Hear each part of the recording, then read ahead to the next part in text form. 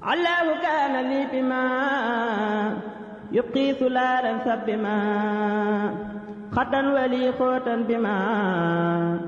قاد وخير رقدي حدية الله المعين ساقت لخير اللعين واليوم بالله يعين من شاءه وفي خطي